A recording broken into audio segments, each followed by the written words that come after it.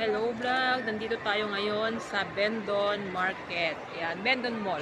Ito yung pinaka magandang mall dito na mga original ang product.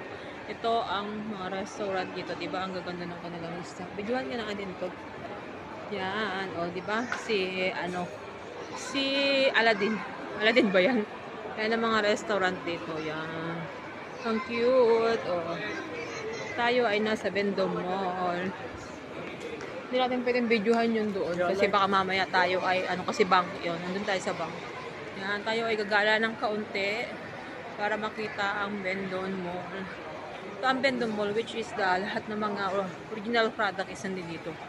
Mga original product at yung mga branded clothing nandito. Ang dami nito, malawak to, malaki. Maliligaw ka kung wala kang alam. Maliligaw ka.